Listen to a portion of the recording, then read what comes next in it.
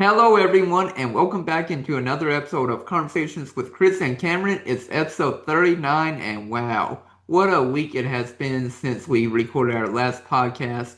UK, of course, they got blown out against Gonzaga. It was never really close, and good thing I was not watching that game. I was actually out ring shopping with my girlfriend at the time, so I didn't get to watch that terrible performance. Of course, I watched the replay of it because, I'm a true UK fan and I always stick through and try to watch every game, even if it's after the game. But it was a blowout through and through, and it was never close. Ring shopping. What do you mean? Ring shopping, I got prepared to propose to my girlfriend soon.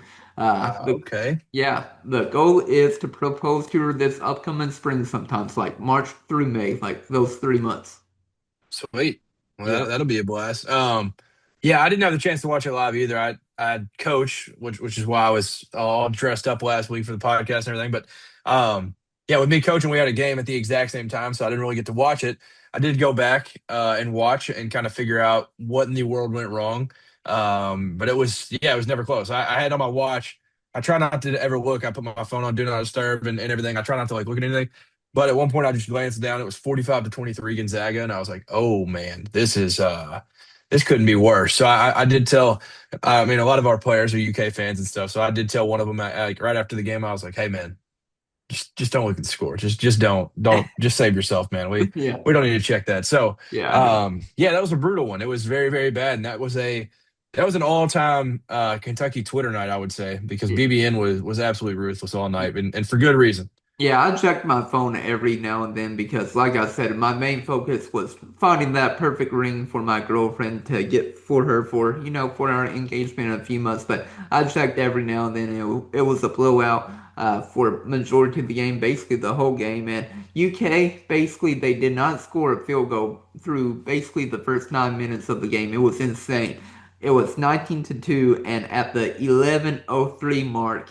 They finally got their first field goal of the game. It was a three-point shot to make it 19 to 5, but it was insane. How do you not score a single basket in 9 minutes of game? Of course, they did that against North Carolina too. Didn't score a basket for 10 minutes straight. It just doesn't make sense with how potent, Mark Pope's offense is supposed to be.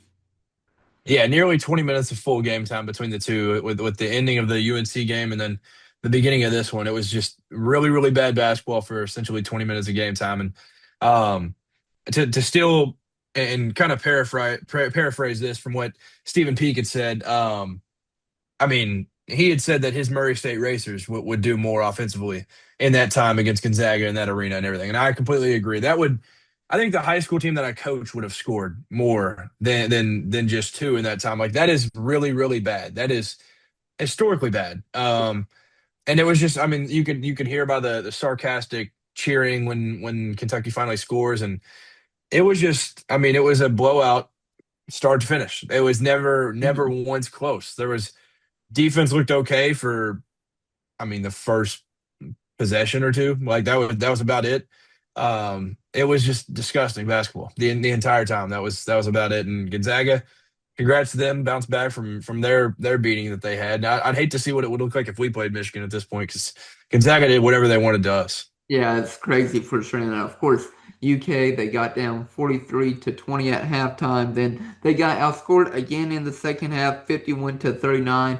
UK eventually lost by 35 points, 94 to 59. But fans knew it was a disgraceful performance. They were even booing at halftime because of how bad UK was playing. I mean, it makes sense. You were down 23 points. You've been playing awful the past three games against, your best opponents with Michigan State, Louisville, and UNC. Like you play awful, and fans are getting tired of it.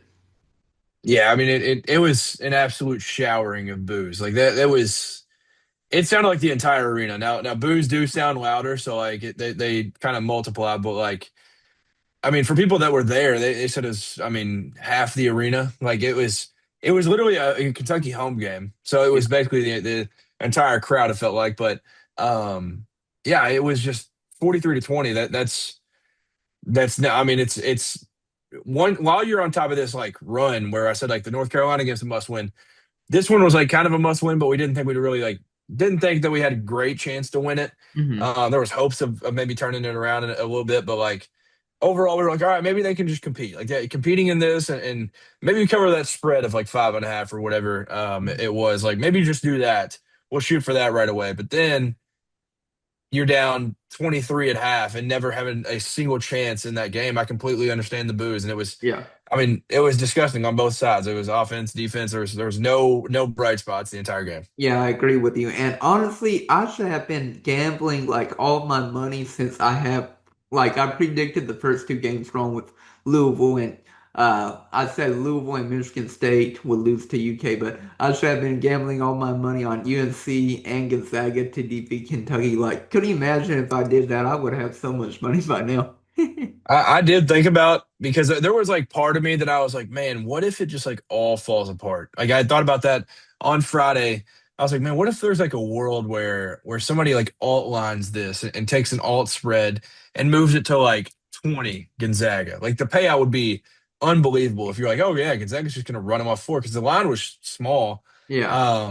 So yeah, I mean somebody would make money there. And if you would bet UNC money line at UK, like that one would have been Yeah. crazy too. But the only time I've ever bet against Kentucky is if I'm in person. I bet against us. I've put like $50 on another team just because hedging my happiness. I would Yeah. love to lose that money. So I, Yeah. I did it with Duke in Atlanta. I did it with Kansas and Chicago.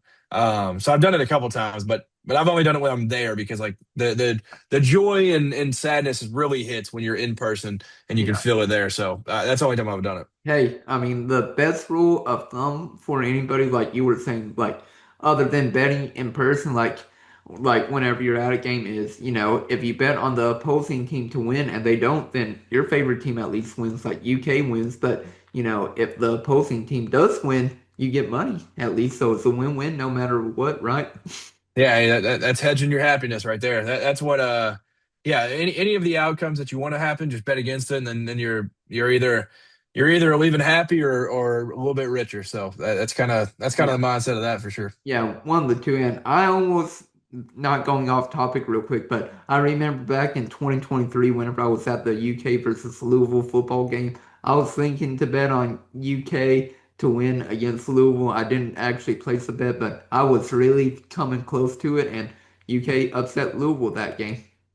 Yeah, the jokes with that are just so funny. Where it's like, man, the governor's cup has paid a lot of kids Christmas like toys and stuff, and Yeah. I mean, if you're a kid watching, I mean, Santa is exactly what I was referring to there. But Yes. I don't think I've ever bet on UK. Like, I'm just like, I just can't. I Yeah. just don't want because then if that ruins it, then you're double sad. So I'm just Yeah. like, I don't want to, I don't Yeah. wanna do that. So I stay as far away from them. The only time I think I bet is like, um, I think I tailed with a alt line of when Drew Franklin put out a parlay of Mhm. us at Auburn. I bet on a Kendrick Law touchdown. Little did I know that'd be the only one. And it was like a Touchdown. parlay of like a Kendrick Law touchdown and UK to cover like 17 and a half. Like Yeah. we just had to like not lose by like a blowout, Yeah. which we obviously, I mean, we won. Boy. So, and then I think I had like Cutter like 150. Like it was something low. Like it Yeah. was very, very, very shallow. But that's the only time I remember betting on Kentucky at all. Yeah, I hear you for sure. But let's get back uh on track and talk more about this Gonzaga versus Kentucky game. But yeah, it was one of the worst performances ever. Like, how do you lose, by 35 points? And I just feel like there is something up with the chemistry on this year's team. Of course, all the players say there's nothing wrong with the chemistry. Like we get along great, but like there are so many rumors and everything circulating online. And of course, I won't get into the rumors or anything, but there was one play in general or specific that I want to talk about where basically Aberdeen got the ball. He was at the free throw line basically, and Otegoway was wide open in the corner for a three. And instead of Aberdeen, passing it out to Owe for the three, he attacked the rim, turned the ball over, and then basically after the play, Owe was in the corner, shooting the three without the ball. And I'm thinking to myself, like, there has to be something up with this team chemistry. Like, there's no way that UK is this bad right now under Mark Pope. Yeah, that type of play is definitely like a chemistry thing, and I would say like if that happens in practice, always definitely like saying something. I know he's probably got like a little bit of a mindset like I'm not just gonna like say some stuff right in front of everybody, but like that play was one of them. But there's just like numerous throughout the game where like last year you would see like somebody would gather them and they'd huddle at numerous times throughout the game and stuff. Like that team had such a close like knit, just they meshed well. This team, I don't know if it's like you mentioned that there's rumors floating around, and the rumors are so annoying. Like Yeah, I don't believe any of them. Like I don't know. They run though. BBN when a Twitter rumor gets started, people they love to run run. with them. They run Yeah. with them, and it gets so annoying. But you would have to be blind to say this team doesn't have a chemistry or meshing issue or something. Like they just don't get along. They don't play well. They don't play well off of each other. They don't like compliment each other. I know at times it even looks forced that they'll go pick each other up. Like there's not like the team meeting, rallying the crew. I know Denzel Aberdeen said that he is like the leader and he needs to be doing better. Like it doesn't feel like I mean he takes some horrendous shots. We talked about that in the last episode. He takes some really bad shots. He's obviously a really good player, Yeah. but I just feel like I know there's been a lot of people that say people don't get just like uh completely like comfortable once they get their check or whatever. But there's got to be a little bit of that. I don't know if it's Posting. like I don't think it's like I don't think always just like all right, I'm done trying. But like you can't tell me that when they're down 20, he's playing with the same effort that a guy would if he's getting paid just enough to live off of. Like he's Yeah. getting paid very very well. Same with like I mean a lot of these guys are just going and getting in their Maybachs after these games. Like they're not tripping about what they'll end up looking like. And with Denzel Aberdeen, in his case, yes, he's getting paid well. He also already has a ring on his finger. Not that Yeah. he's not hungry for another, but like he's doing well. Yeah. He's already got the chip. He's got the thing that everybody's like searching after.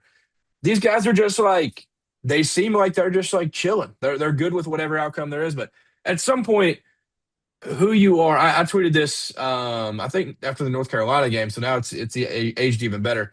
At some point, these guys I know the saying is like play for that sacred cloth, that name across Yeah. your chest, all that. At some point, it also comes down to like your legacy as a human. Like Mhm. if you were remembered as Otega Oweh went to Kentucky, had a big boost, but then he dropped off big time, never had a pro career, and Kentucky fans don't necessarily love him like they did in between the 2 years because like he just kind of gave up a little bit. Like Yeah. that should matter. That should come Yeah. up to your mind and like that should matter. And you should be diving after loose balls. Mhm. You should be doing all these different things. And like there's none of that. Yeah. Nobody's hustling. Every 50-50 ball goes to the other team every single time. Yeah. Yes, they're not the greatest shooting team in the world. All this stuff, like, I don't care what the rumors are. I don't know if any of them are even true. They just don't mesh. They don't like seem to care for each other. Mhm. And you'd have to be blind to just not see that. Yeah, I agree with you on that. And I know you were talking about the sacred cloth that you were talking about. And of course, Jack Pilgrim of KSR mentioned it, and he had a great quote. If y'all haven't heard it, listen to this. I think, no, it was basically after the UK, it wasn't sources say, it was right after the UK versus Gonzaga game on Friday. So I will listen to what Tyler Thompson, and Stephen Peak had to say. But yeah, basically UK they have no hustle, and also another problem I've noticed is they cannot get the ball inside the 3-point line. It just feels like they're not running an offense at all, and it's basically just passing the ball around the 3-point line. And I'm thinking to myself, get a big man down low. Of course, I know Mark Pope and his offense, they like to have, the big man, whether it be at the top of the free throw line or top of the 3-point arc. But,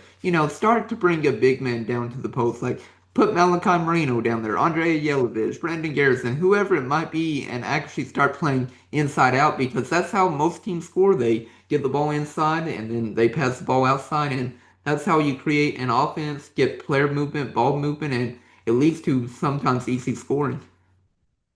Yeah, that's been the one thing that like I've kind of like talked about and hinted at and stuff. And like it sucks, but like Pope's gonna have to change everything about the way that he knows to coach basketball. Like it's gonna have to be inside out with a lot better in transition because teams completely take us out of transition. There's just not a lot of like getting after it. There's not a lot of energy like to get up the floor and like there's just gonna have to be a complete change to how he plays. Like he plays with the big out. He plays with a 5 out, with DHOs, with ball screens, with backdoors, with zoom actions. Like he plays with all that. Like if you can't shoot, teams are just going to sit off, and you don't have any driving lanes. You have nothing to work with there. They're going to have to. I don't know if Brandon Garrison's ever really hit a hook shot, so I don't know if it's ever going to even pay off Yeah. that we need to do that. But maybe Malachi, maybe something like something's got to change. And that's Yeah. what it sucks to be like, yeah, Pope, you've got to change everything about the way that you've ever coached. But like Hmm. this team needs it. I mean, he I agree. overcorrected getting defensive guys that can't shoot. You have to have shooters to be able to run this offense. And like, I don't, I, there's not been one player that I've been like, yeah, that's going to go in when he shoots it. Like I Colin's agree. been the best, Yeah, Colin but Chandler.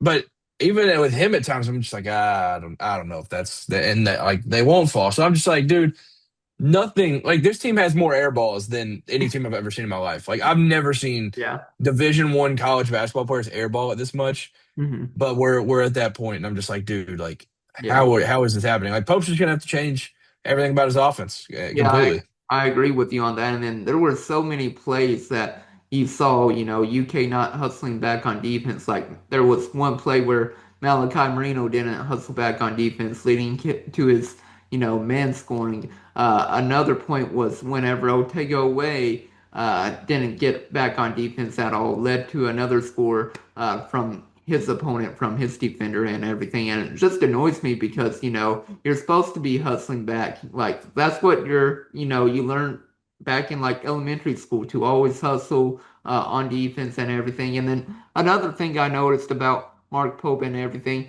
there were two plays where he had Brandon Garrison guarding the inbounder, and then they never switched off of that. Like Jasper Johnson was guarding the big man, or it was Colin Chandler. And I'm thinking to myself, like, if you're going to have Garrison guarding the inbound pass on Gonzaga's side to like score, like you're at least supposed to switch because you can't have Chandler or Johnson guarding Braden Huff or Graham Ike. Yeah, that was definitely one problem, and I feel like I've noticed that a few different times this year where it's just like nothing about it makes sense. And shout out to Terrence Oglesby. I watched their thing like that night just to watch Phil the 68, like see what their thoughts and everything were. And like, I mean, he put it as good as anybody could. Like referring to that where we just have a big on the inbounder, and then there's just one of the best. I mean, this one of the best front courts in the entire country. We just have a guard on them. And yeah, our guards do have some length and stuff. Like it doesn't matter if you're 6'5" with a long wingspan when you're guarding Braden Huff and Graham Ike and stuff. So I'm just like, that doesn't make sense. He put it as like Pope talks about all these things that you need. I think he said like you need 3 degrees to be able to understand. He has just completely taken all the simplistic stuff out of basketball. Like I Mhm. talked to my friend Montreal for a long time about this, and like we just went through this long talk and everything, just our thoughts on the program and everything. And like we both just said at some point it's just hoops. Like it is just basketball at some point. These Yeah. guys have played it forever. They don't go off two. Like one thing that we preach to our freshmen in our basketball program at the school I'm at, like, is go off of two. Two. Go off Yeah. two. Now sometimes they struggle with it. How are you a Division I college basketball player and you don't play off two? Like NBA Yeah. players do it. If you're not going to like posterize somebody, everything you do should be off 2 feet. There Yeah. will be simple actions that the defense, like their mind is racing, they have no idea what to do. Like it should be a precedent in the practice throughout that week. Like, are we trapping these? Are we hedging them? Are we doing drop coverage? Are we like, what Mhm. are we going to be in this week? And everybody should be on the same page. It feels like everybody has their own different coach that doesn't ever connect with like everybody's just doing their own thing, and Yeah. nothing about it is simple. And it's just like I said, at some point, it's just hoops. Like you still, I know, I love that he's analytically driven, and that's what you need in modern basketball. But at some point, you have to get back to what is simple and what works and Yeah. how you put the ball in the basket and just beat guys the way Mhm. that people for centuries have done it. Like since it was peach baskets, there are things that you can still apply that work. And it's I just agree. there's just so much going on through these guys' heads. And it's not just one player, it's a full team thing. All these things are with the lack of effort, the not being able to shoot. Like everything about it is all team. It's not like there's one bright spot that you can point at that you can kind of like look at going forward. And it's just everything has just gotten so complicated Hmm. for these guys. Like Yeah. it's basketball at the end of the day, and I feel like their minds in a million places. Yep, I agree. And of course, we can't also forget to mention that Jalen Lowe made his return. He played 14 minutes and his performance was awful in his return. I know he's probably still battling his shoulder injury, but you just cannot have a game with 1 point, 1 assist, and 1 rebound. I get it. First game back, he might be rusty, but you, I feel like even if you're playing 14 minutes, you should be able to still put up like at least 5 or 6 points, maybe 2 or 3 assists and a rebound or something. But to come back and only have 1 point, 1 rebound, and 1 assist is awful. Yeah, I am very excited about him being back, and I think it with him is where the peak of this team will be. Hmm. I think he's very, very key for that. But yeah, it wasn't the greatest game ever, but it's also a game that I'm just like, dang, dude, to just throw him to the wolves. This is brutal for this to be your first game back. Yeah. Um, just with this, with how Gonzaga plays, they're long, they run, they play physical. I mean, their front group is like 6'5". Mario St. Super's the smallest. He's 6'3", but Yeah. they're all physical. Mario St. Super's also played professional basketball for years. So like having this team be the first one that you come back against is just probably the worst case scenario. It was nice to have him because it raised the hopes of BBN, but like the hopes ended up not meaning a thing. So it does suck that Jalen Lowe was not great in his return, but I do think the ceiling of this team is reached with Jalen Lowe as the point guard. And Jaden Quaintance, you can't forget about him. Yeah. Jaden Quaintance is definitely, yeah. I mean, he's gonna. We can talk about him in a minute. I am Yeah. very, very excited to get him back. But Yeah. yeah, definitely that those two need to be here for the full peak of this team. Yeah, we'll definitely talk more about Quaintance. I want to talk real quick about UK. They are now officially unranked in the AP Top 25, which makes sense because UK, they are 5-4 on the season. They have lost all of their big opponents. Of course, like I said, I mentioned earlier, Louisville, Michigan State, UNC, and then of course now Gonzaga. And the sad thing is, like, none of the games were very close other than the UK UNC game, and every game UK got blown out and it just sucks because, UK, they were ranked in the top 15 going into the season. Granted, the whole team isn't healthy. Of course, Jalen Lowe has spent time with his shoulder injury. Then, of course, Mo Diabate, he's been out since he got injured against Michigan State with his high ankle injury. And then finally, of course, like I said, we mentioned earlier, Jaden Quaintance and also Denzel Aberdeen missed some time during the season because I think he said he was dealing with a groin injury. And UK, they've had to deal with 4 injuries with 4 different players, and it's just insane to think about already. Yeah, the injury bug is definitely struck the team early. But yeah, I mean, it's just a lot of these games. It's just no excuses. I mean, like Mo would have been nice to have in this, but like Mo's not making up for 35 points. Jaden Quaintance is not making up for 35 points. Like this is a full team thing. And hopefully JQ's back soon so we can kind of at least get an idea of where we'll be. Um, but yeah, it's just there's nobody that we can like fully lean on through injury. Like last year in the games that we would still compete in, and I know that we had some tough losses. Like when Travis Perry was at point guard, you could focus on Amari being a very, very key piece in the offense. Kobe Brea late, I mean, throughout the tournament, that man just took over at times. It, Like there were guys like that had that takeover instinct and could completely carry the team when it was needed. Nobody's that on this team. Like Colin can't. Nobody can create for themselves. Like on this team, like they are completely. It just feels like there's a brick wall just put up like around the 3 point line. Like they just any shot, it's not going in. They are confined to from the perimeter to the half court. Like they are just stuck there. And it's so slow and it's just it's so poor. Like the injury bug sucks, but yeah. there's not much that it would have helped. Maybe with JQ, you win that North Carolina game, but the other three, we were cooked from start to finish. Yeah, I agree with you on that. And like I said, it'll be interesting to see, how Mark Pope and UK will respond. And I want to talk about what some of the players have said over the past few days.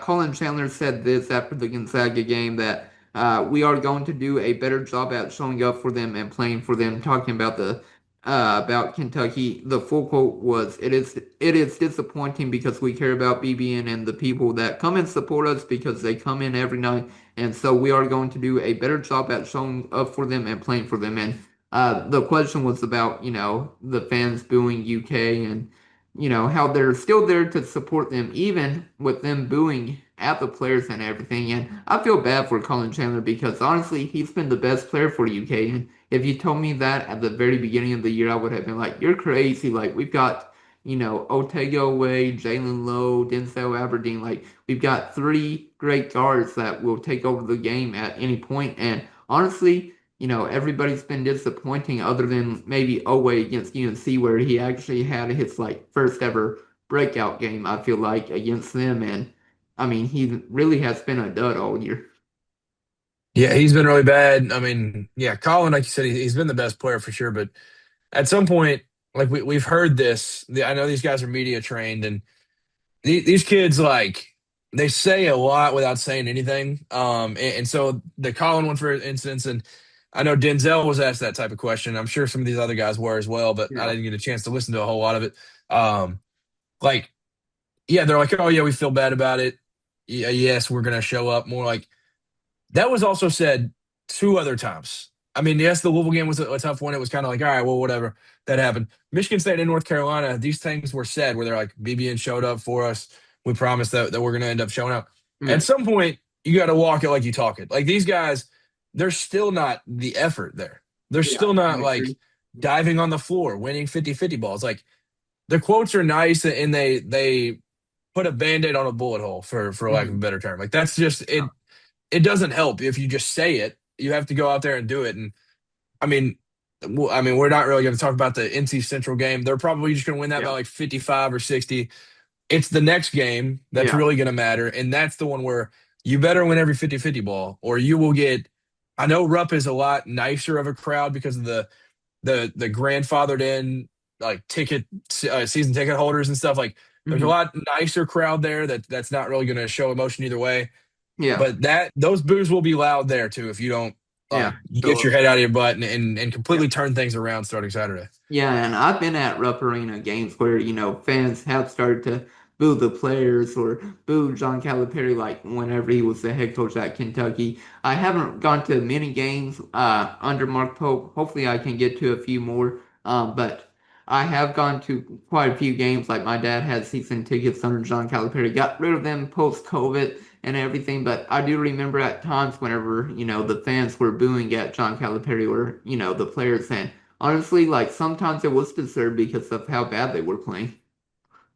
Yeah, I definitely think it was deserved. I do have a question. Do you think it's like wrong to boo players? Because I was thinking about this. I was talking about this Friday night where they were like, "Dang, dude, like booing players," and Yeah. I'm just curious your mindset of that whole situation. I think pre-NIL, I would have said it's bad and everything, but now post-NIL with, players getting paid hundreds of thousands of dollars and even some players getting paid millions of dollars, I get why some people would be against it, but I feel like if you're getting paid hundreds of thousands of dollars and getting paid millions as well, like I feel like the fans have the right to, boo the players at times because you're getting paid. Like you weren't getting paid 10 years ago, I get it, but now you're getting paid. It's basically they still count it as amateur, but it's basically a pro league with college basketball, and I understand why fans now boo the players. What about you? Yeah, I'm completely in the same boat. Like post NIL, I'm just like these dudes are making triple the money that the people booing them are. Like they can get booed. And it's also like I wouldn't agree if we were just bad, but there was still effort in losing. That I wouldn't agree with. Like if you're just booing Yeah, because we're just bad, it's the effort. That's why they're yeah, booing, and it's the lack of adjustments for Pope and everything. Like it's just they're booing overall things that are controllable. Like that. That's why I'm fine with the booing and stuff. Like if it was uncontrollable things, you're just not very good at basketball. Maybe you can be mad at Pope or something, but like you can't be mad at the players for that. mhm, The things that they're booing for, I completely understand and I'm completely fine with. But yeah, yeah, I mean, I don't know if I could ever do it. I just don't. If I was in that situation, I don't think I could do it. Just mhm, being honest, but I know a lot of people that would definitely, without hesitation, Yeah. boo Boo. immediately. So Yeah. Well, I remember people asking last year if you should boo John Calipari or not. I'm thinking to myself, he's the opposing coach and yes. he's trying to defeat UK. Of course, you're going to boo John Calipari. Like, it makes perfect sense. Like, I mean, all fans boo the opposing team. Like, what's the difference between like booing John Calipari to, another opposing team? Yeah, I don't fully remember what all of my full opinions were at that point, but I was like, definitely boo Cal, Yeah. 1000%. He'll have his day where he can come back and we'll praise him a little bit. But I was like, definitely boo Cal. Um, and I want to say I was like, just boo all three of the guys that went with him. Like I was like, Yeah. yeah, they gave us some good time, but like I think I was maybe like, don't boo. I feel Uh, like there was one I was like, don't boo. Maybe it was a do Adu or I don't Figueroa, remember. probably. It might have been a do. I don't remember, but I was like, Yeah. I mean, I was just kind of like, they're the opposing team. They also left us, so I was like, Yeah. definitely extra boo for the recruits that decommitted and went with them. Like, yeah, I was just like, it's the opposing team, but Yeah. it was definitely a wild scenario, and it made headlines across the entire country that Yeah. Kentucky booed their own team. Yeah. And And I mean, obviously because it's the biggest brand in the sport, and then yeah. it's also something that you don't see every day. And So. speaking of John Calipari, everybody was talking about him after this past weekend because of UK getting blown out against Gonzaga. And of course, I watched John Calipari growing up. Like, I was literally 10 years old whenever he got hired at UK. Saw him till I was 25, coaching at UK, 15 years of my life. And of course, I didn't want him to go, but I understand, like, it was the perfect time for him to go. Like, 5 straight years of UK not succeeding and failing. And I just saw, all these like, there were some UK burn accounts saying like, I miss John Calipari, and then, other people like other basketball pages, they were like, I can't believe, UK would allow John Calipari to leave, like to go to Arkansas, and still, like, there's no buyer's remorse with me. Like, it was time for John Calipari to go right now. Of course, it's not looking good for UK. I mean, last year Arkansas started out the season 0-5, and every UK fan was like, "Hey, you've got a terrible head coach with John Calipari and everything now." But I don't have any remorse with John Calipari leaving, and of course Mark Pope being the head coach. It was time for Calipari to leave. 5 years of not having expectations, not going to the second weekend of the NCAA tournament. But I saw so many or so many accounts, burn accounts coming out talking about John Calipari over the weekend. Yeah, I saw a lot on Instagram and Twitter of just like college basketball media pages that were like "miss me yet" or like just tweeting different things about John Calipari. Now, all of them, I was just like, no. Like the revisionist history is hilarious, where they're just Yeah, like, Cal is still a good coach. Now Kentucky sucks. Like, how are you going to fire a Hall of Fame coach and everything? I'm just like, dude, you all are obviously not fans of Kentucky because like if you are a true fan of Kentucky and you remember what the end of the era was, it was definitely time. Like there is zero regret. I do not want him as the coach right now. It was the worst stretch in school history. And we yeah, had lost the two most embarrassing tournament games we'd ever had. We had missed the tournament. We yeah. had a second round exit to Kansas State. It was done. Like It there was, was no, and also if he was here, we wouldn't be having what Arkansas is having. Like it yeah, wouldn't have been Darius Acuff and Malik Thomas, just a crazy high flying show, winning big games, whatever. Which he's still losing some games. Like yeah. we can't just Michigan act State. like, yeah, we can't just act like the Louisville win just erases that he lost to Duke and Michigan State. Now Michigan State's on the road, so it's different. But he was still losing these games. Like, Hmm. but we wouldn't have what he has there because it was good for both parties. Yeah, Yes, it was time to go. We needed a full refresh. He also needed it because he needed the extra motivation. He didn't have like this like juice that he had. So he yeah, goes to a conference rival, and hmm, that's what fires him up. That's what gets him rolling again. yeah, So it was good for both parties. Two things can be yeah, true. It was time for him to go. He's hmm, still a good coach. Like that, yeah, those things can happen. Um, but everything had faded. The only thing that I would say I slightly miss about Cal, which is very, very small, is just the recruiting. The fact that there was always something hmm, that you could like be like, oh man, we suck right now. But we have these two 5 stars coming in, which even those had faded a little bit. Like we weren't getting like yeah, top three guys. Like that, like Shaden Sharp, wish that would have worked out. But other than him, we hadn't gotten like one of those top of the top guys in a while. But that was the only thing where now it's like, dang, we suck and we can't really land anybody. So Yeah. it's kind of a double whammy, but we don't miss Cal. That's the thing with Kentucky. We do not miss Cal. Arkansas fans Yeah. want us to say we miss Cal so bad. So to all you Kentucky burners that are still being like, "Hey, we miss Cal," we don't.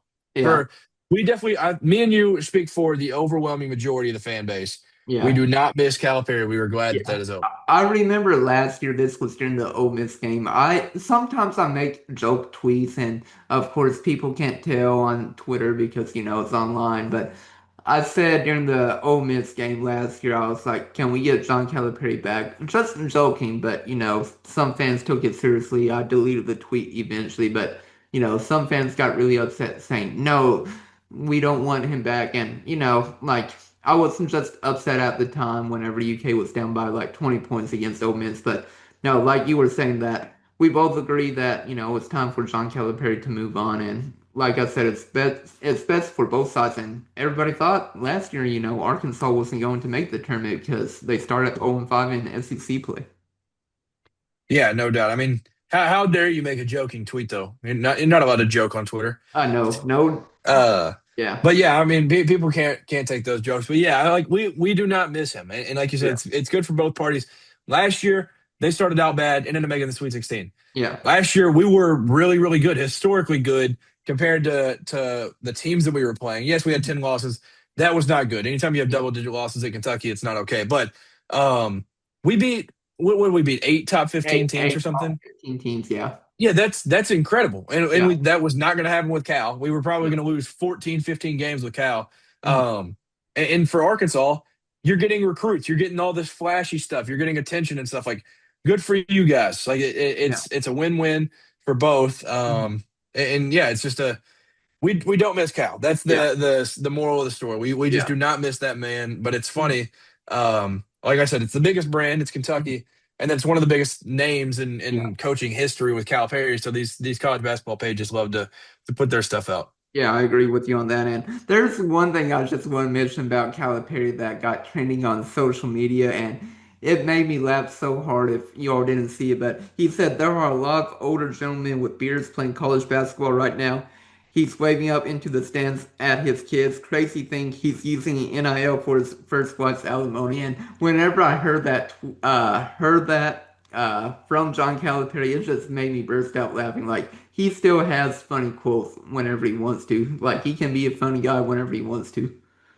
Yeah, when I heard that, I was like, yeah, Cal still got it. Like he still got his little juice to him. But that was funny. It was good stuff, and Yeah. it's facts. But yeah, that was good stuff from Cal. Yeah. And then speaking of some former Cavs, so I want to bring up, of course, DeMarcus Cousins. He said in a tweet that, "Can't lie, this UK team has no heart. This is hard to watch, SMH." And basically, I bring that up because Mark Pope got asked this question by Jack Pilgrim. And Mark Pope's response from Cousins' tweet, he said, "I have no issue with what he said in the sense of you are watching that game, you feel like starting with the coach. This problem is completely unacceptable. So I think that as a former player, I'm upset with the coach too, and that's just all deserved. There's nothing inappropriate about what he said at all. And I'm glad, Mark Pope is agreeing with DeMarcus Cousins, but it just sucks with how bad UK is playing overall." Yeah, I completely agree with that tweet. I'm glad that Boogie at least voiced his thoughts instead of just like chilling and not saying anything. So, yeah, completely agree with it. And that needs to be Mhm. bulletin board material. Like that needs Yeah, to be like, hey, these former alums that were elite here and elite in the NBA, this is what they're having to say about you. Like that yeah, that should matter. Like the opinion of technically your peers, like other really good hoopers and guys that wore the jersey before you, if they're saying this about you, yeah, you've got to own up to it and yeah. take accountability. So Mhm. I'm hoping that is like put around the facility and talked about everywhere as like extra motivation and stuff because Boogie had a point and it was a great point made by him. Yeah, and also I want to bring up Wildcat's Tongue's tweet if y'all didn't see it, but he said we used to have dudes play transition defense with their broken foot. Now we can't get anyone to sprint. And of course, he was talking about Kerr Kriisa where he broke his foot last year and then he got back on defense, contested a layup. Of course, Gonzaga made the layup, but it was just crazy to see that Kriisa gave all of his, gave it all for Kentucky at that time. Of course, he didn't play the rest of the year. He transferred to UC. He has his final year of eligibility, but I feel like this year could be a lot different if you had Kirk Ariza back on this year's team. I'll admit, I didn't want him back.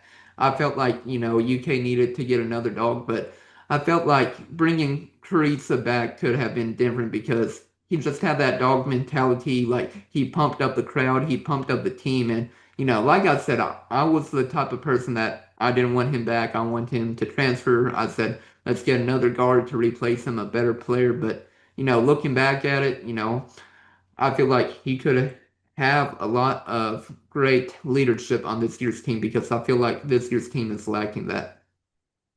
Yeah, Kerr was an absolute dog, and he would be very, very nice to have on this team. And same with a guy like Lance Ware, where they just Hmm. got that edge to them, and it's like, yeah, these guys care about winning. Like you couldn't fool me one time saying that these guys have that edge and want to win and everything. Like somebody's got to step up and be that guy and be the one to play like guys this year. If they were in Kerr's spot, they would have fallen down and it would have been a wide open layup on the other end. He goes and closes out, hands up and Yep. contest it, and like that is what you need in a program. Mhm. And that guy had been here 1 year and at that time, what he had been here like 6 months, maybe. 6 months. Yeah. Yeah, like he just got it, and now he brought that to every program. There's just none of that inside these guys. Like there's Yeah. no like dog in them, and it's very very sad to see because we've had those over the years. Where I mean, the guy we just brought up, Boogie, like there was no world. You would have had Mhm. to kill him to take him off that floor from trying to win a game. Like Yeah. it meant something, and now it's just Yeah. there's nothing, and it's not even just the Kentucky across the chest. It's just what you need as a hooper. You could go Yep. play at the most random school in the entire country. Like, I mean, this isn't a shot, but like Brad Brownell at Clemson, those guys have dogs in them. Like they took Bama to the wire in Tuscaloosa a couple weeks ago because of the fight that they have. Mhm. There's just no fight in this team. Yeah, there's no fun in talking about, the name on the jersey. Bruce Pearl even said that that name on the front of the jersey, Kentucky, has got to mean something. And right now, it doesn't mean anything for anybody, it feels like, other than maybe, Colin Chandler and maybe the walk-ons too, like put in Walker Horn or Zach Toe, and maybe they will actually start spring on defense and, putting up a game for UK. Of course, I'm not saying bring on the walk-ons and everything, but like I remember against the Valparaiso game, they came in and I saw immediately Walker Horn sprinting back on defense after a missed shot from UK. And that's what we need. We need everybody to start sprinting back on defense and actually, playing as a team and everything.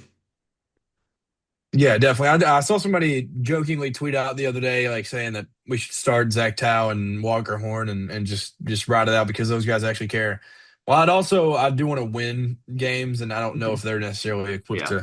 to help us do that. But I mean, I don't hate it, and I don't hate the thought of at least like starting them. Like it's gotten to that point where it's got to mean something. And yes, Bruce Pearl, I love that he said that where he's like, I mean, it's got to mean something. Like it has to mean something, not only at Kentucky, but a lot of these places. But Kentucky is the top of the top. It is the gold standard. It's the Yeah. standard. Like it has to mean a little bit more. Like and those guys, that's what I thought Pope was going to do so well with. Like he said on his recruiting visits that he's going to take guys to the top of Rupp and he's going to do all these different things and like make them realize where they are. With these guys, they you have to recruit the best of the best, whether Mhm. they realize what they're getting into or not, and they'll realize it once they get here. And these Yeah. guys were recruited because they weren't as good, and Mhm. I think they faked that they wanted to be able to wear that jersey and everything just because they had watched guys do it grow up. But there's not that edge to them that shows as of right now that this is what they've always wanted to be. But it is funny to me though that Bruce Pearl wants this job so bad. Yeah. It's so funny. He's wanted It, it for years, but yeah. it's even more apparent And right now. maybe he comes out of retirement if Mark Pope, gets fired or does leave. I could see it. I mean, Yeah. I don't know. Like, I mean, he's a character, but the brother can coach. Like Yeah. that is no joke. Hmm. But I don't know what the whole future ends up looking like. And I know Mitch really wanted it to work out to where like we have a younger coach. Mark's like low 50s, like he could just be here a minute. Yeah. But if something happens, I don't see why Bruce Pearl couldn't be like a quick fix for a few years, like for him to be out of Mhm. retirement. But it's just funny to me. He wants this Yeah. job so bad he doesn't even hide anymore. Yeah, he does. But I want to talk a little bit more about the players talking. The media, they had a chance to talk to Jasper Johnson, Denzel Aberdeen today on Monday before the game on Tuesday for UK. But there were so many quotes that stood out to me with Johnson and Aberdeen, and it gave me like a sour taste in my mouth because of what they were saying. Basically, with Johnson, he said. He doesn't think anything is wrong with the team, believes they shouldn't be playing their best basketball yet, which I understand. Like John Calipari always said that we're not playing our best basketball yet. Just wait till SEC play or, the NCAA tournament, then we'll be playing their best. And the season so far is a learning experience, which makes sense. But also for Denzel Aberdeen, he said the team's mood has been the same after wins or losses, steady, focused, and committed. And I'm thinking to myself, I feel like your mood needs to be changed a little bit after losing 4 games against top opponents as well. Yeah, like the classic saying, like you win or learn. If you're the same attitude either way, you're not really learning from the losses, and you should even be able to critique some things from your wins that you get. Like even Yeah, though we're playing some of the worst teams in all of college basketball, like you should still be able to learn some stuff from that. But yeah, it's just like the thing with Jasper, what he said, like this team. Like Cal would say that and it would make sense because they're all freshmen. They're like 17, 18 years old. It's like, yeah, oh yeah, I mean that makes sense. These guys are all like grown men. Like yes, our starting lineup is very, very old, like for college basketball standards. Like it's just like believing in that is kind of tough when it's a team that kind of is what they're gonna be. Like they're not gonna learn more about the sport. Like they probably will learn like little tweaks and stuff that they can do with each other and different stuff for games. But like they're not nothing's going to shock them about the game. Like they've played a whole lot of college basketball at this point. So I don't know how much like I would buy into that. Like yeah. these guys, I did notice from the small amount that I could listen to Denzel, these guys are incredibly media trained, Mhm. and a They lot of are. it was just like you could have typed like you could have typed this into Chat GPT and be like, "Hey, give me the correct answer to this," and like Yeah, give me the correct that's what answer. it feels like for a lot of these. Yeah, for sure. Like even for Jasper Johnson, only being a freshman, like he knows how to give the PR answer. Like players talk, and like they really didn't say anything bad at all. He also said Johnson did that. There's nothing that needs to change, but a lot they can improve on. And even in losses, there's good things that are happening. And like I said, I mean, how can he say that after losing by 35 points against Gonzaga that? There is nothing that needs to be changed. Of course, there's stuff that needs to be improved on, but like how can you find anything good that happens during a game when you get blown out by 35 points?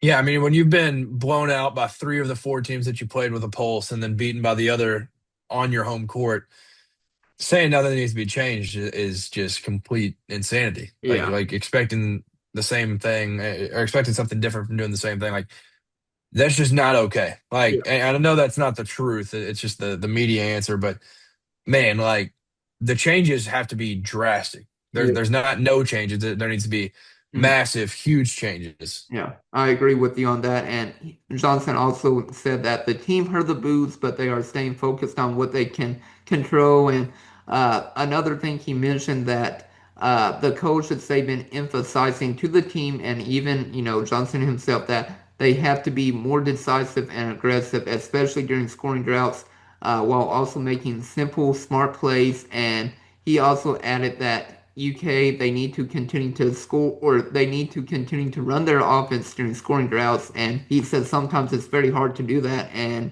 they want to, rely on iso ball instead. Yeah, that's definitely the thing. It feels like for some guys it'll just get stuck and it'll never leave their hands, and they're kind of in the like bring your own ball phase. Like it gets to them and it's just dead there. Like it's stuck and it will not move. But which is sad to see because last year's ball movement was unbelievable. It was like the most unselfish basketball that we've ever seen, where it's just like, I don't want this one. I'm gonna kick it one more.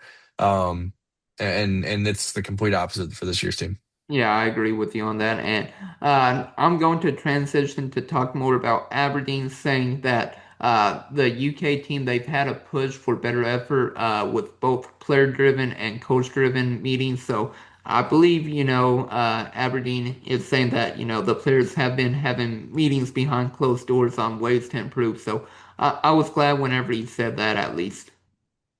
Yeah, man, I hope so because I it all comes down to them at the end of the day. Like they are the decision makers. Like Pope can't like physically go out there and play for us. Hmm. Um, it's the dudes in the jerseys with the numbers and on the front and back. Like those are the guys that make the plays. So Hmm. they should be meeting every single day, Yeah, like multiple times a day, outside of practices, outside of one regular team meeting. They should be on the exact same schedule almost with the meetings that they're going to be having. Like yeah. it's a problem and it Yep. needs to be fixed. So they should be meeting as much as humanly possible. I agree with you on that. And he also emphasized that there is nothing wrong with the team, but they have a lot to improve on. And I feel like another thing that stood out to me with the Aberdeen answers and everything, but he got asked about, ball movement and everything, and I think he got asked the question about why he didn't pass the ball out to away in the corner three. And basically his answer was that he said that the coaches they need to find specific plays in certain situations to improve the ball movement and decision making. I'm thinking to myself, I mean, there were times where, Pope drew up a play and players were open and, sadly the player, whether it be Aberdeen, Chandler, whoever it might be, didn't get it to the wide open player. Yeah, at some point, I mean, you just have to be a basketball player. Like Yeah. you don't need a specific set that tells you like, all right, right when you get downhill, see if there's guys collapsing on you, and then you can kick it out. Like you should just know to do that. That like, you should you learned that in second grade. Yeah. And he's taking I don't remember if it was two or three guys that were right there when he took that horrendous shot with the one that you were referring to earlier. Like, Yeah. but no, it was wide open. That you just kick Yeah. that. I don't care who it is. I don't care if that's. I mean, no disrespect to Alvin Brooks. I don't care if that's Alvin Brooks out there in Jersey. Like your teammate is wide open. Kick the ball to him. And I mean, maybe Alvin Brooks is a better shooter than some of these guys on this team, but I don't care who it is. Just kick that. Like get it out. Your shot Yeah. is not ever going to go in. You have dudes that are 7 foot flying around trying to defend it. Like it's not going to work. So yeah, that play is just very very frustrating. Yeah, for sure. But do you have anything else you want to talk about from, what from the laws against good old Gonzaga before we start transitioning, talking more about, of course, that Kentucky has a game against North Carolina Central Eagles tomorrow or tonight or today whenever I upload this podcast. But, we're going to more focus on Indiana, though. Now the only thing I would say is like it just really sucks because when it's the SEC tournament in Nashville, the crowd is very very good. It's usually like Hmm. 65, 70% full of UK fans because other fan bases do actually travel and care a little bit, like Tennessee shows out and stuff. This one, Gonzaga doesn't have a huge fan base, anyways. And if they do, they're up in the Pacific Northwest. They're not traveling out here to Nashville. This game was legitimately 96%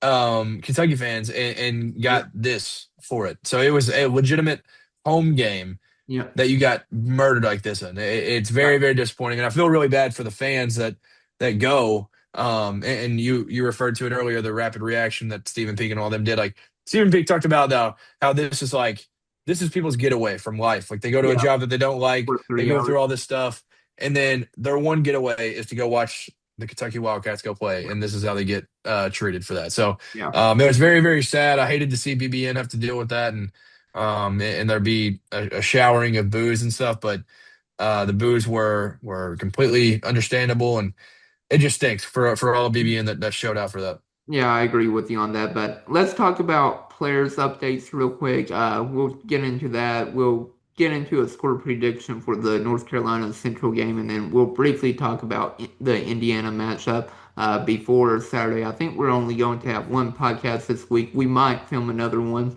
but more than likely one this week. But let's get into it. So Mo Diabate, Mark Pope said today during his radio show that Mo Diabate is day to day and just still dealing with a torn ligament with his high ankle sprain, and he called it super painful. And right now he's day to day, but I really do believe that we'll see Mo Diabate back, and I believe he will be back for the game on Saturday. I could be wrong and speculating that, but I truly do believe that he'll be, back for the Indiana game on Saturday at Rupp Arena. Yeah, I do expect him to be back for that. Just from like how his process has been, that he's close to being back, anyways. So, I am excited to get him back, though. He's definitely going to help with physicality purposes and help with different front courts that we'll be playing. So, I'm excited to get Mo back. Yeah, me too. And then now let's talk about Jaden Quaintance. But Mark Pope said today that he is continuing to make progress. This is what I didn't like hearing though. He said he's still a ways away from actually seeing in-game live action, but he's making tremendous progress. So, those guys are doing pretty well. And whenever he said that comment, it just irked me. I'm like, is he really not going to come back at all? I know some people are saying he's going to pull a Shaden Sharp, not play at all, and I do believe, Quaintance will play for Kentucky. And like I said, this is my prediction, but I believe he will be back by the 23rd against Bellarmine, and that's my prediction on when he returns. But whenever Mark Pope said it, he's still a ways away, it made me feel not confident. Yeah, no doubt. Well, it's funny because it uh, kind of contradicts what Jack Pilgrim had put out. Kinda. Not that he said that he's going to be back soon, but he put out that he's been full contact 5-on-5 practice debut today as we're recording this on Monday. Moved very well. Got through exactly as hoped, while acknowledging that he was like rusty and all that. Had some great blocks, dunks, jump hooks, all the good stuff. And then full participant in everything. Sprints, 3-on-3, 4-on-4, individual drills. Did more than usual on Saturday too, but this was his first start to finish practice as a Wildcat. So I know the only thing I really have to compare it to is the sports that I played. And I know in football and stuff, it was really like if you can get a full week back, that's when you kind of start to see like, all right, they have a full week of practice. That is a good indicator that they'll probably be playing after that full week is done. Basketball, maybe it's a little bit less, maybe the 3 or 4 full practices or something.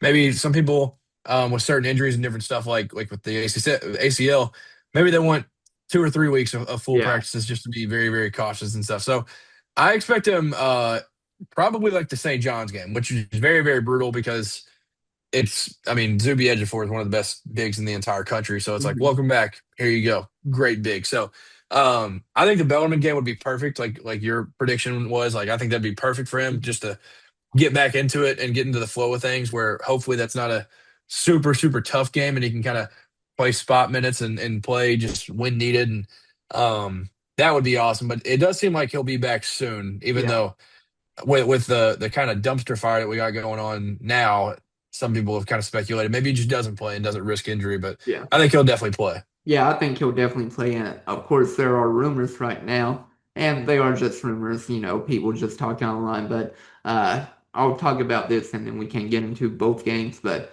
rumors are saying that, Colin Chandler is going to transfer out this year, return back home, and play at BYU instead. I mean, I could see it, but like, Yeah. I don't know. Yeah. I could see a world where that happens, but I mean, there's a lot of people that are going to be transferring to BYU, and they had good transfers this year for a reason. Kevin Young's a good coach, but Yeah. um, And I money. mean, I don't know. We're still in the season. I don't want to Yeah. worry about the Still in the speculation and season. all that. Yeah. We're only 9 games into the year, so we still got a while until that, and anything can happen for UK. Yeah, no doubt. But let's get into the UK NC Central. We're not going to preview them at all. We're just going to get into score prediction. And for me, it's not going to be close. I'm about to pull up the point spread, but uh, I feel like this game's going to be like a 40-point blowout. I'm looking right now to get the point spread for this matchup. So it's 38 and a half point spread, and the over under is 146 and a half. So I believe UK will cover this spread. They're going to probably, I'll say they'll score 100 points and they're going to cover the 146 and a half. I'll go like 100 to like 62 or something UK.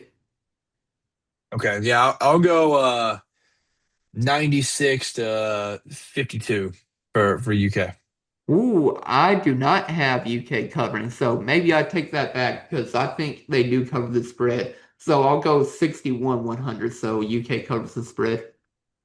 Dang, half point. You got people sweating that one out. Yeah, so 161 UK, they cover the spread, they win in a blowout. Yeah, I have us about 44, so it's kind of comfortable, but Yeah, 96-52. yep, 52 you said? 96 to 52. Oh, 96-52, yeah. And Yep. then I'll go game MVP, I'll go with Otegaway. He has like 15 points, like 5 rebounds, and like 1 assist to win the game. I'll go Colin Chandler. Ironically enough, we just mentioned him, but I think he'll probably have a big game, and he's gonna be one of the guys that like Hmm. I know it feels like every other game we're kind of like, all right, somebody's got to step up, somebody's got to be a leader, but I feel like he's likely to be one of the guys that Yeah. steps up big time, whether it's dishing the rock, scoring, whatever is needed. I think Colin is the game MVP. Yeah, I agree that Colin Chandler could have a big game, but I'll go with Owe. He has another breakout game like he did against UNC. But now let's get into this Indiana matchup that is happening on Saturday. And I feel like if UK does not win this game at Rupp Arena, I feel like, the fan base will be at war. And of course, everybody will be like, fire Mark Pope at this point because Indiana, to this point in the season, they have not looked great at all. They are currently 7-2 on the season. They lost most recently to Louisville 87-78, and the game was really never close. Louisville got a big lead against them, and then they also lost earlier this year to trying to see who else they Minnesota. yeah, Minnesota. So they've lost back-to-back games. They lost to Minnesota 73-64, and overall they haven't looked great. They only beat Incarnate Word by 8 points, and I couldn't believe that because I had like Indiana on that game to win by like 15 and a half, and when they only won by like 8, I was blown away. Yeah, the only game that had me a little bit worried for them was early. They had played Marquette and they looked really, really good in that, but that was kind of a all systems success for them in that one. And Marquette ended up they're not looking great so far. But No, yeah, 5-5. overall they yeah, Marquette's been struggling.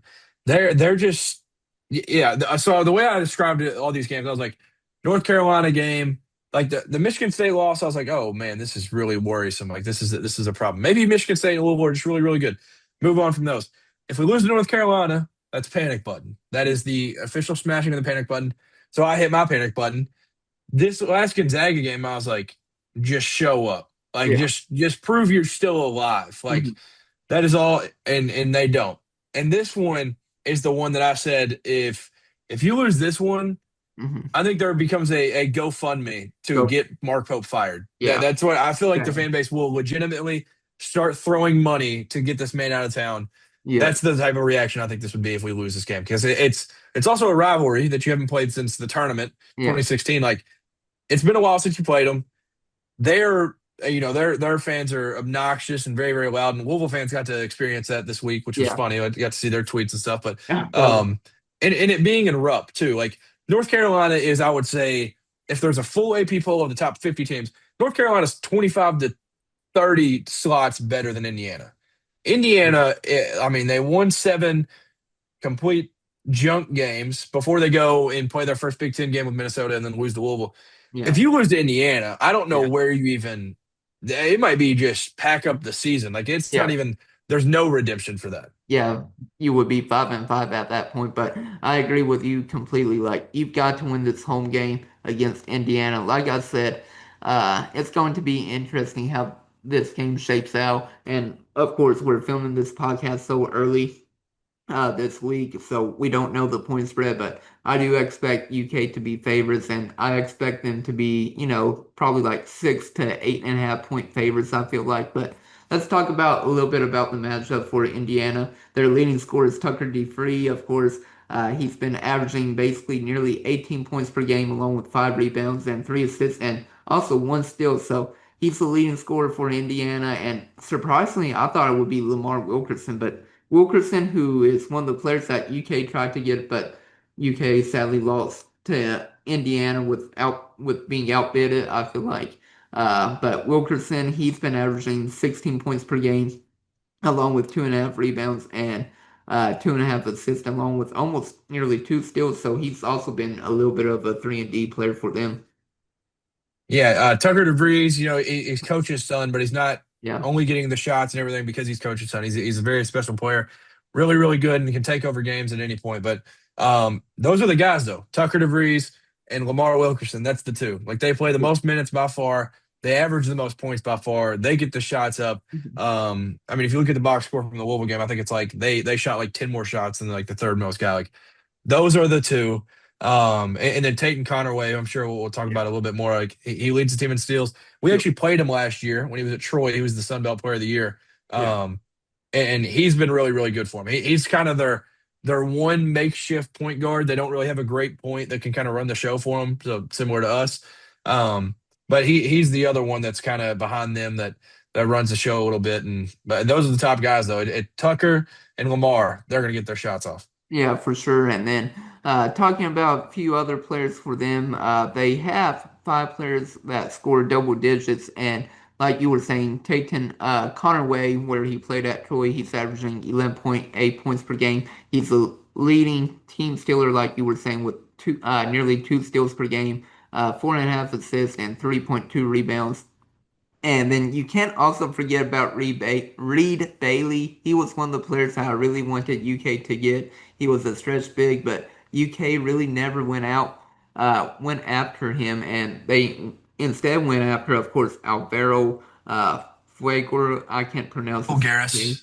Yeah, we went after him. Of course, we didn't end up getting him, and we got Andrea Jelovic instead. But honestly, I felt like Reed Bailey would have fit this system perfectly under Mark Poe, but he's been averaging 10.3 points per game, 4.2, 10.3 assists, or I can't get it right, 10.3 points, 4.2 rebounds, and 2 assists per game. And then the final player that's been averaging double digits is Sam Alexis, and I remember him last year with Florida, but he's been averaging 10 points per game, 6 rebounds basically, and then 1.3 assists as well.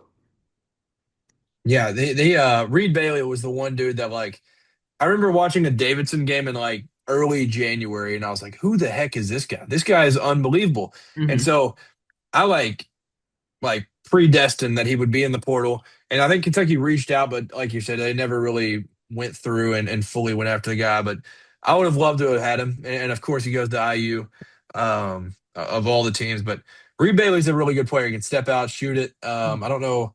He's shooting 33% from three, but like he can really fill it up when needed. So this team could shoot. They can space the floor a lot. They run a lot of great offense and stuff. So they'll Hmm. be tough to stop. And you mentioned Sam Alexis, leading rebounder. Their front court is very, very weak. Like Yeah, overall, I agree. they don't have a great front court, and you can tell because Louisville's front court looked good against them. So that's how you really know because Louisville doesn't have a good front court either. So um, overall, like the front court should be able to dominate this game. The one player I want to highlight before we move on any further is Connor Enright. I just want to go ahead and warn anybody that's tuning in, maybe doesn't know a whole lot about IU, doesn't know about Mr. Enright. He will be somebody that you hate as much as anybody that will play all season. I'll just say that. He is their it's hard to say this, but like he's like their Grayson Allen. Like he gets under players' skin, he flops, he does all these different things. And my friends that are Louisville fans, they realized that last week. They learned about it. They're like, dude, who is this Enright guy? This guy's the worst. He was at DePaul, he was at Drake with Darian DeVries 2 years ago. He's just that type of dude. He starts for him. He leads them in assist, but Yeah. he's really like a get under your skin. He's a hard worker, that type of dude. I just want to go ahead and warn anybody that's tuning in. You will hate Connor Enright by the time it's about 10 o'clock on Yeah. Saturday on Saturday night. Yeah, he's basically like Kirk Ariza for UK Leicester, Yeah, right? yeah. He's Yeah. their Kirk Risa. Yeah, but like you were saying, Connor Enright, he leads the team with 4.6 assists, but I mean, his stats really don't stand out if you're really looking at it. He does play basically 29 minutes per game, but he is only basically averaging 4 points along with 4 rebounds. But like you were saying, he plays a lot of minutes, but he's one of the aggressors, like probably a perfect like Patrick Beverly, Kirk Reese, the type of description. Yeah, he lives just to get on people's nerves. He's one of those dudes that you love when he's on your team, but hate when you play against him. That's the best way to put it. Yeah, for sure. But we'll talk a little bit more about Sam Alexis. He came from Florida. He's leading the team with rebounds. He has nearly 6 rebounds per game and then also 1 block per game. And honestly, I feel like that's not really impressive for a big man. I don't know about Kentucky's stats. I could probably pull it up, but to be the leading team rebounder and only averaging 6 rebounds per game is like crazy, I feel like. No, yeah, I think Malachi might be ours with like 7, but that's Yeah, even low, really, because like yeah, usually, I mean, Malachi plays like 20 minutes a game. So like with a guy like Sam Alexis, like where you're the team's big, 5 is very, very low. So yeah, which he's 6'9". I don't Reed Bailey's taller than I would guess Reed's probably like 6'11". yeah. Uh but Reed's a lot thinner. He's pretty skinny, he plays on the perimeter. So you've got to win this rebounding battle big time, and you've really just got to dominate the front court overall, and I think you'll be all right. But um, it's literally just going to be a two-man show. That's how their games go. It's just Tucker and uh and Wilson. Lamar. So Yeah, it's just going to be those guys, and but got to dominate the glass. That's where yeah. games Got. start and finish. If you look at offensive rebounds, that dictates a whole lot of games, so like wins and losses. So if you win the offensive rebounding battle, I'll feel pretty good about it. Yeah, and like you were saying, Malachi leads the team for UK with 7.1 rebounds per game, so that is pretty good. But yeah, like you were saying, UK they have to be dominant on the rebounds because Indiana they're going to be shooting a lot of threes this game. They shoot a lot of threes throughout the year and everything, but for UK, they have to get defensive rebounds. And granted, like Indiana and UNC, they are completely two different teams where UNC could hammer the glass, get offensive rebounds, and Indiana won't be able to do that as much. And for UK, rebounding will be key for them.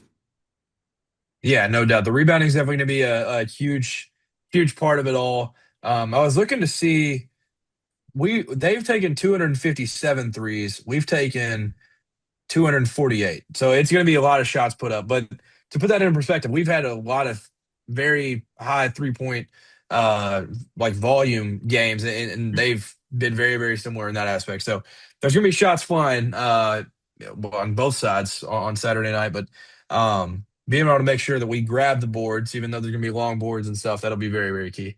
Yeah, I agree with you on that. And like I said, Indiana is nowhere near as a team as UNC with grabbing offensive, defensive rebounds. So I feel like if UK can actually get, bodies on players and be able to get the ball, locate where the ball is going to be at, then I feel like UK can win this game. Basically, the key is be able to guard the 3-point line and get rebounds for UK to win this game.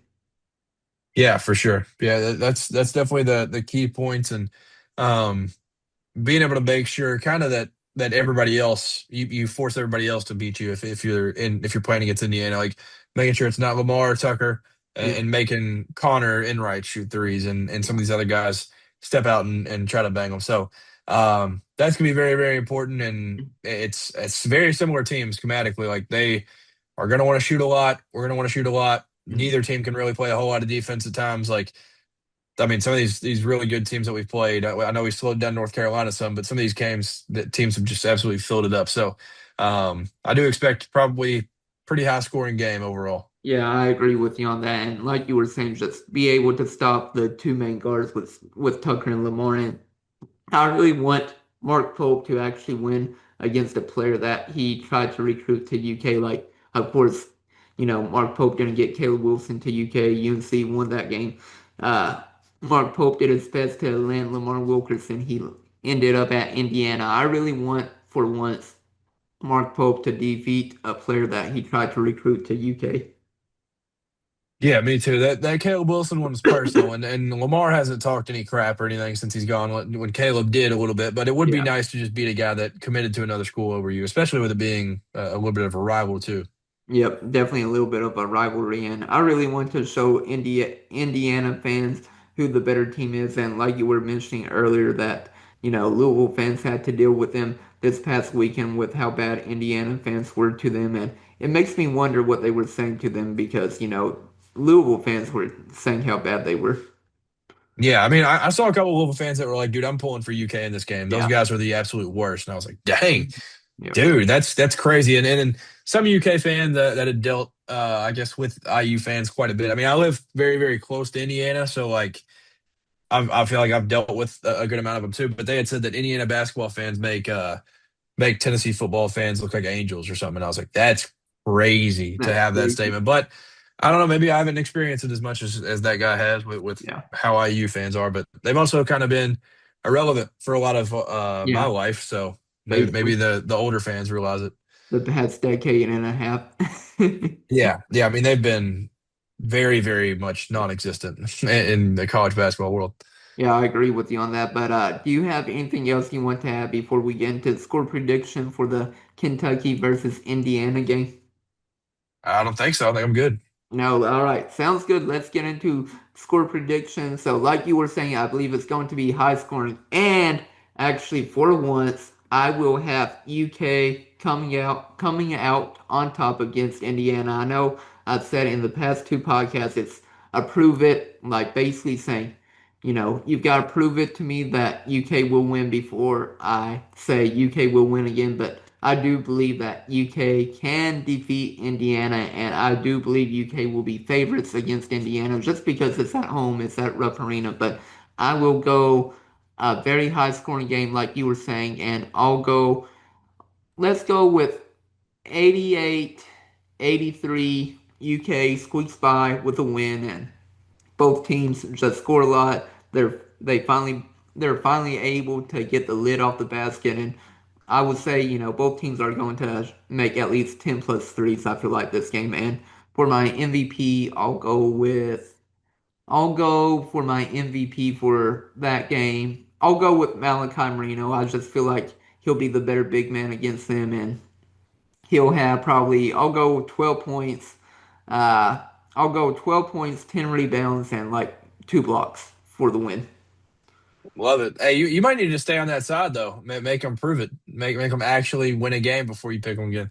Yeah, Uh, maybe. I'll go with the Cats dub. This one is like very, very much panic meter. It's literally like I said. I think there will probably be a GoFundMe trying to get Mark Pope out of Lexington. Like if we were to lose this game, and on ESPN it gives us a 62.5% chance to win. So it's like a must win. I would Yeah, expect. definitely. You said maybe a 6 to 8 point favorite or something. I think we'll probably it's similar to that, maybe 5 or 6 or something. But I think we'll be the favorite. This is a must win. And I think the Cats come out with a W, and I'll go 85-79 Kentucky. And this one's a little bit risky because he's not even technically playing right now. I think Mohamed Diabate comes back and dominates in this game. And I think it'll be a front court guy just because the volume and numbers that they'll be able Yeah. to put up and the way that they'll be able to dominate physically and stuff. So I have Mohamed Diabate coming back and being my MVP. Yeah, and hopefully we're both right that UK wins, and maybe you're right saying I should have just stayed on that side saying Indiana would win, but I just feel like, this game just is so big for UK at this point in the season. Like nobody predicted that UK would be 5-4 at this point. Like at most probably fans thought we would be 7-2 at this point, maybe losses to Michigan State and Gonzaga, not losses to, UNC plus Louisville. Like if you told me at the beginning of the year 7-2 at worst right now, but not 5-4. If you ask me, I still had us undefeated at this point. I had us going 11-0 before Yeah, St. I John's. think I think at this point in the season I had them 8-1, maybe seven. Like I said, 8-1 or 7-2. I know I had losses at least against Michigan State. Yeah, I think Michigan State and Gonzaga were my two losses. I believe maybe 8-1. Yeah. Yeah, I had us undefeated because I didn't think going into the year Gonzaga was going to be all that. I mean, they lost a lot last year. They don't really have one of their guards. So I was like, we'll beat them.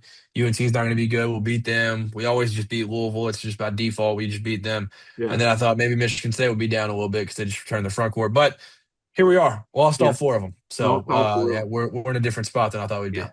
be. Yeah, but hopefully UK and Mark Pope can get the win. If that doesn't happen, then we'll have a podcast next week talking about probably fire Mark Pope. Yeah, yeah. I mean, it was getting towards that direction on this past Friday, and hopefully we're not having that conversation next week. Yeah, hopefully not. If we are, we'll probably have an emergency podcast after the game or something. Yeah, no, it'll be worrisome if something bad happens on Saturday. Yeah, for sure. But do you have anything else you want to add? I don't think so. You got to beat the Hoosiers, man. Yeah, gotta beat the Hoosiers for sure. But no, we appreciate you all watching on YouTube and of course listening on Apple Podcasts and Spotify. But this is Chris Beesmore and And Cameron Waddle. signing out. Have a great week, everybody. Go Cats. Go Cats.